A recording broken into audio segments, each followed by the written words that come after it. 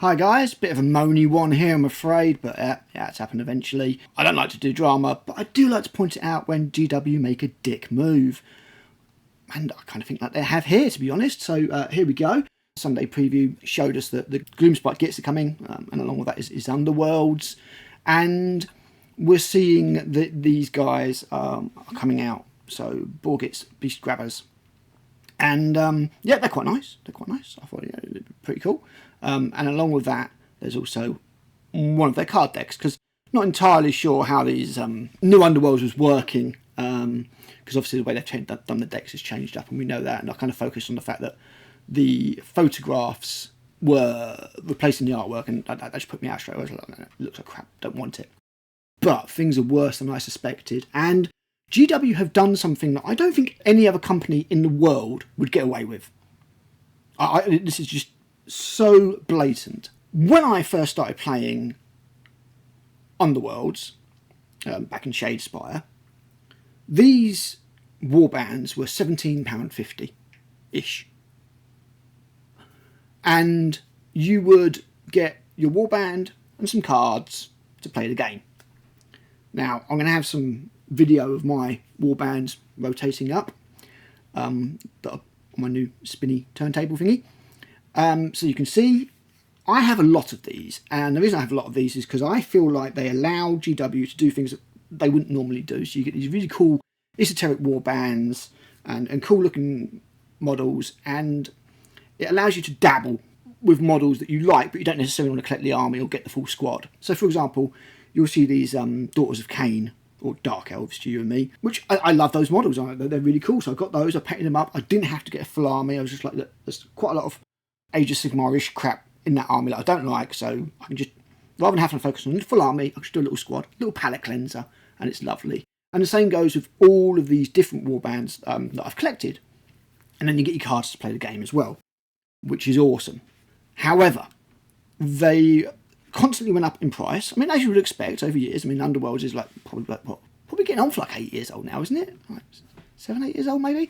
So yeah, you would expect you would expect them to go up. That's fair enough. So at the last point, I think these were about 26 quid. So 26 quid for your models, and you've got a load of cards.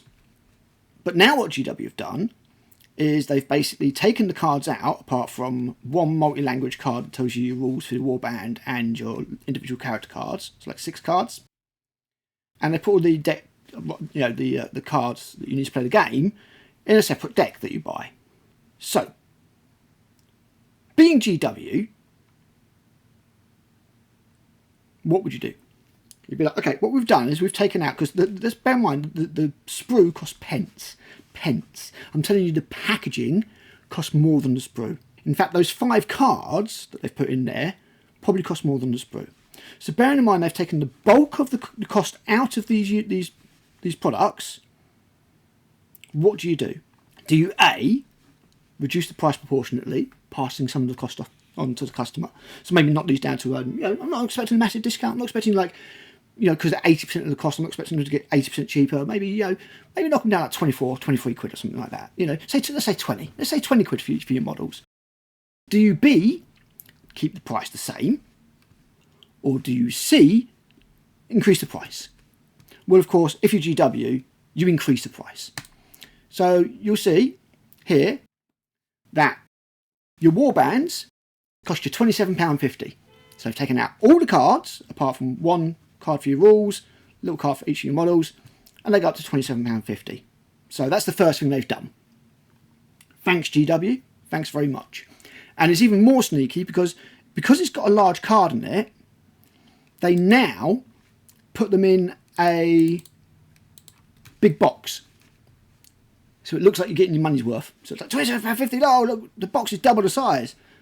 That's only because it's got a big card in it. The only reason, you would have seen my little lizardmen spinning around earlier. They were like 22 quid for 6 lizardmen. Now you're paying £27.50 for 3. I'm sorry, I'm not counting this. I'm not counting that little thing there. 3 lizardmen. So, that's the first thing. Secondly, you now buy the deck of cards separately. Now, as I said, the deck of cards is where the real cost is. Let's have a look. 33 cards.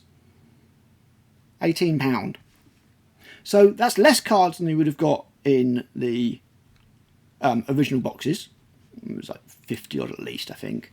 Because it was like half the box. Half the box had the tiny little sprue in it, and then half the box had like the cards in it. They're charging you 18 quid instead for that deck. So if we add that together, that's £45.50. So we've gone from £26 for your models and your cards to £45.50. It's not far off like a 100% increase. It's like 80 to 90% increase. The GW want this game to fail. I'm staggered. I don't think any other company in the world could get away with this. This is as bad as the Die Avengers when they went from a box of 10 to a box of 5, and then the price only went down by about 20%. This is as bad as the Chaos Cultist box that they split out to be the Firebrand. They took basically the box was like 26, 27 quid for 10 cultists and the Firebrand. They took out the Firebrand and charged 20 odd quid for him on his own, didn't reduce the price of the costs of the cultists. It's a piss take on levels I can't imagine. There's no way I'm playing this fucking game. And for contrast, the new Gundam game that's coming out, which appears to be two separate games, it's a bit weird. You get a card game, and that's one thing, and then there's a miniature game, something else. But they're releasing the card game promo decks with models. It's going to be like 25 quid for 3 Gundam models that are bigger than these, and a full deck of cards allowing you to play the game. I need more details. I don't know exactly what's going on. I hope they get buried. This is disgusting from GW. What the hell? Something that used to cost you 26 quid. So you're like, okay. And bear in mind that you bought your starter set and there was a deck of cards in there, but then you've got extra deck of cards with your models to play the game. Whereas now you need to get the starter set, you get decks of cards that you can use for these models, and then you can get, the decks are optional. You don't have to spend that 18 quid, but you're going to want to get the best cards. But whereas you used to get the best cards by picking up the individual warbands, which as I said I used to do just like to paint them, so I've just got loads of cards, probably like, I don't know, 800 cards or something stupid like that. I just can't. Now they're asking to do 45 quid to do exactly the same thing. And you get free Lizardmen for your £27.50. My Lizardmen box, okay, there was Skinks and I think one Saurus. It's like 6 models. Just an absolute joke. Absolute joke. I've been sitting on this one for a while, guys, because I just wanted to make sure. I wanted to wait for the prices to come out for these, and they are the same for these Gitz, sneaky Gitz. So you're going to pay £27.50 for these models, which are going to come on, little sprues, because they're all push fit and everything. And don't get me wrong, they're nice models. They are nice, they're cool. They're kooky. I love this guy who's like, you've got a old school Troggoth who's wearing a skin of a big Troggoth. Very imaginative. I have no idea why GW never made a 40k version of this. It would have been a license to print money. You could have done Inquisitors, you could have done the Jukero, you could have used it as an excuse to redo a lot of the resin stuff. You could have done a Dark Eldar core. Imagine how well that would have sold. It would have been flying off the shelves. So I have no idea why they never did a 40k version of Underworlds, because that would have been, if I'd been working at GW in products, the first thing I would have said was, look, this, make a 40k version, which is my advice of everything. Make a 40k version and get that IP in this product, because I reckon it would have sold gangbusters. Imagine all the different Inquisitors you could have done. Imagine all the different Inquisitors you've got out there, different types of Inquisitors.